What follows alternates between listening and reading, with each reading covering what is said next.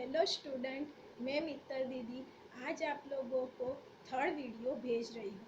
हम लोगों ने पहले दो वीडियो में ई कॉमर्स का परिचय और application of e commerce and net banking का टॉपिक देखा था। आप लोगों को आज मैं उसके आगे का कंटिन्यू करूँगी। उसमें पहला है परंपरागत मतलब पारंपरिक व्यवसाय और ई कॉमर्स का व्यापार व्यवसाय, दोनों में डिफरेंस क्या है, दोनों वर्षिश मतलब दोनों विरोधाभास कौन सा है, वो हमें पढ़ना है। पारंपरिक का मतलब क्या होता है कि जो हम लोग दुकान में बाजार में जाके जो चीज़ें खरीदते हैं उसको क्या बोलते हैं, पारंपरिक व्यवसाय। और जो हम लोग नेट पे से मंगवाते हैं इंटरनेट के माध्यम से, उसको क्या बोलते हैं, ई कॉमर्स का व्यवसाय। अब दोनों में क्या डिफरेंस है और दोनों में क्या वर्षिश है, मतलब दोनों में क्या विरोधाभास है, वो आज हमें टॉपिक पढ़ना है। तो मैं अभी स्टार्ट करूँगी, आप लोग पहले ध्यान से सुनना और कुछ समझ में ना आए तो वो वापस मुझे पूछ सकते हैं। इंटरनेट के विकास मतलब इंटरनेट की जैसे बढ़ोतरी हो रही है, उसकी वजह से ई कॉमर्स का व्यापार भी क्या हो रहा है, बढ़ रहा है। मतलब जो पारंपरिक व्यवसाय है उसको भी ई कॉमर्स में क्या है, परिवर्तन करने की जरूरत आ पड़ी है। आप लोगों ने देखा होगा जो पारंपरिक शॉप है वो लोग भी अपनी चीज़ें नेट पे रखते हैं, तो वो लोग क्या करते हैं, पारंपरिक व्यवसाय में से वो लोग भी परिवर्तन मतलब वो लोग भी चेंजेस कर रहे हैं। पारंपरिक जो व्यवसाय होता है उसके अंदर आप लोगों को भौगोलिक सीमा मतलब क्या होता है, विस्तार, कि उसके अंदर से ही चीज़ खरीदनी पड़ती है। जबकि ई कॉमर्स में क्या है, कोई सीमा विस्तार नहीं होता है, तो आप लोग कोई भी प्रोडक्ट कहीं से भी मंगवा सकते हो। आप लोगों ने देखा होगा कई कस्टमर ऐसे भी होते हैं जिसको कोई भी प्रोडक्ट खरीदनी है या कोई चीज़ खरीदनी है, तो वो लोग क्या करते हैं, शॉप पे जाते हैं, उसको चेक करते हैं, स्पर्श करते हैं, उसके बाद ही उसको खरीदते हैं। तो ऐसे जो कस्टमर होते हैं तो उसको आप लोगों को क्या करना पड़ता है, वो पारंपरिक तरीके से खरीदते हैं। पारंपरिक तरीके में भी क्या होता है कि जो शॉपकीपर होता है मतलब जो बेचने वाला होता है उसके पास ऐसा कौशल्य होता है, मतलब उसकी कला होती है कि किस तरीके से उसको कोई भी प्रोडक्ट बेचनी है। वो कस्टमर को पहचान जाता है और कस्टमर को जो चीज़ चाहिए उसकी पसंद से उसको दिखाता है और उसको बेचता है।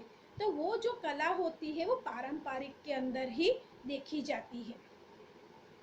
आप लोगों ने देखा होगा कि पारंपरिक जो होती है उसमें जो प्रोडक्ट होती है उसको गोठन मतलब उसको अच्छे तरीके से रखना होता है, उसकी रूपरेखा किस तरीके की चीज़ वस्तु कौन सी साइड रखनी है और उसकी डिज़ाइन जो करते हैं उसको क्या बोलते हैं, व्यापार बोलते हैं। वो पारंपरिक में आता है।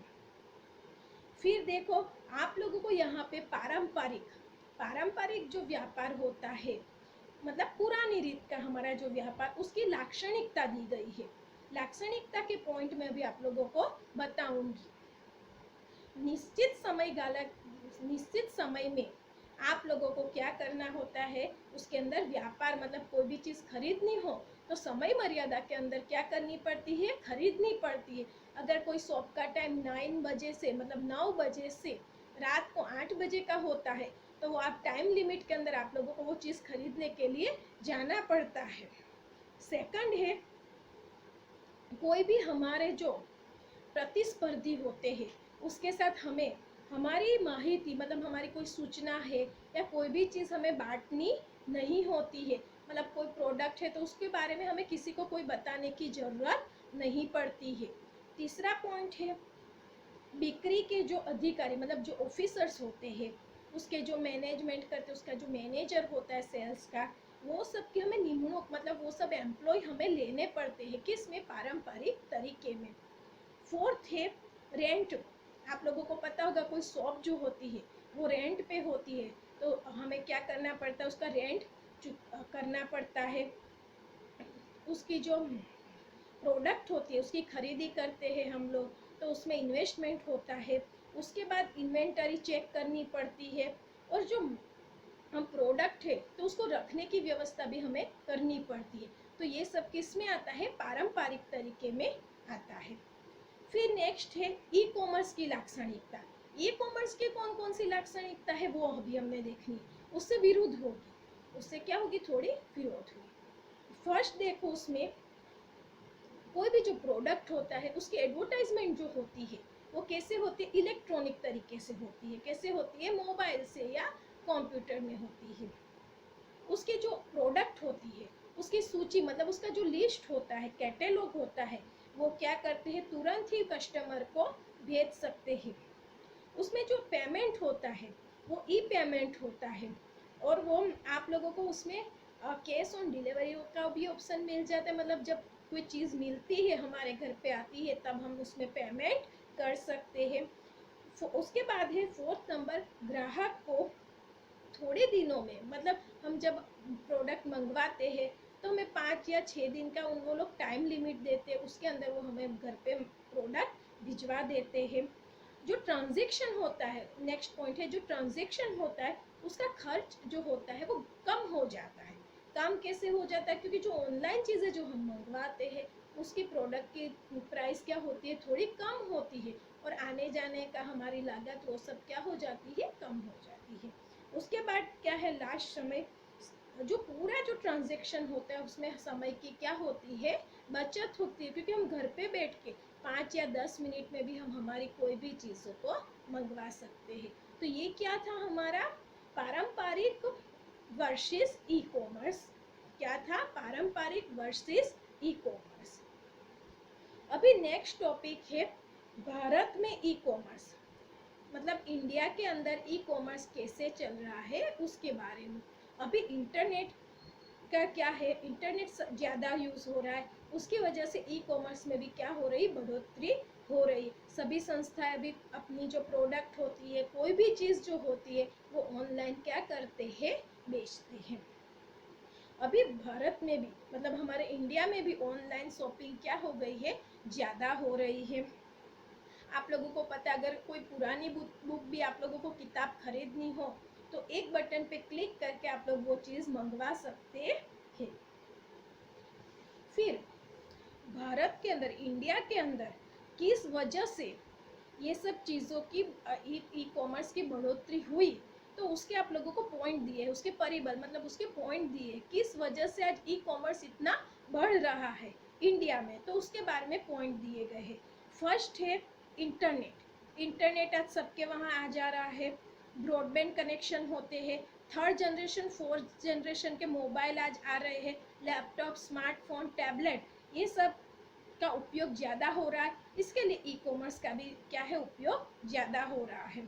सेकंड है मोबाइल के, जो मोबाइल डिवाइस है उसमें क्या है, सब लोग ज़्यादा आजकल उसका उपयोग करें, उसकी वजह से भी ई कॉमर्स में क्या हो रही, बढ़ोतरी हो रही है। थर्ड टॉपिक है, उसमें क्या होता है, कोई भी प्रोडक्ट आप लोग कोई भी विस्तार से, मतलब विस्तार की उपलब्धता मिलती है, उसकी वजह से भी आप लोगों को वहाँ पे ये चीज़ है। उसके बाद है जो हम पारंपरिक करते हैं, तो पारंपरिक में क्या होता है कि व्यस्त जीवन हो गया है, सबका जीवन कैसे हो गया, बिजी हो गया है, तो वो लोग वहाँ पे जाके खरीदना, वो सब टाइम की वजह से नहीं जा सकते हैं, ट्रैफिक की समस्या होती है, तो उसकी वजह से भी आज ई कॉमर्स का उपयोग क्या हो रहा है, इंडिया में बढ़ रहा है। फिर उसके बाद है मध्यस्थी। मध्यस्थी मतलब क्या होता है कि जो आप लोग शॉप पे से खरीदते हैं तो बीच में उसमें क्या रिटेलर होते हैं, तो रिटेलर के पास से हम लोग खरीदते हैं, तो उसकी वजह से क्या होता है कि हमारी प्रोडक्ट की कीमत थोड़ी बढ़ जाती है, तो यहाँ पे डिस्ट्रीब्यूटर से वहाँ से तुरंत वहाँ से प्रोडक्ट आती है, तो उसमें कम लागत हो जाती है। उसके बाद है, आज आप लोगों ने देखा होगा कि ऑनलाइन में अलग अलग प्रकार की वेबसाइट है जहाँ पे आप लोग पुरानी चीज़ें की बिक्री कर सकते हैं और उसको खरीद भी सकते हो। उसी तरीके से ये ई कॉमर्स आज बढ़ रहा है। आप लोगों ने देखा होगा नेट पे बहुत सारी ऐड आती है, ईबे, फ्लिपकार्ट, स्नैपडील जैसी ऑनलाइन बहुत सारी वेबसाइट है, तो आज उसकी वजह से भी आज ई कॉमर्स बढ़ रहा है। अब देखो वहाँ पे इंडिया में पहले कम था, लेकिन आजकल उसका उपयोग क्या है, ज़्यादा हो रहा है। इंडिया के अंदर कौन कौन सी वेबसाइट बहुत ही प्रचलित है, तो उसके मैं नाम आप लोगों को बता देती हूँ। उसके नाम है Flipkart, eBay India, Snapdeal, Amazon India, Myntra, Domino's, Paytm और जेबोंग। ये सब वेबसाइट ऐसी है कि आज इंडिया में बहुत ही प्रचलित है। उसके बाद आप लोगों ने देखा होगा आजकल ये बहुत चल रहा है कि जो व्यापारी होते हैं वो लोग, ये एक नया अभी चल रहा है, वो क्या है, कैश ऑन डिलीवरी। मतलब कोई भी चीज़ हम लोग खरीदते हैं तो वो हमारे घर पे आने के बाद हमें उसको क्या करना पड़ता है, पेमेंट करना पड़ता है। तो ये दो टॉपिक मैंने अभी पढ़ाए हैं आप लोगों को, traditional e commerce versus e commerce, और दूसरा है ई कॉमर्स इन इंडिया।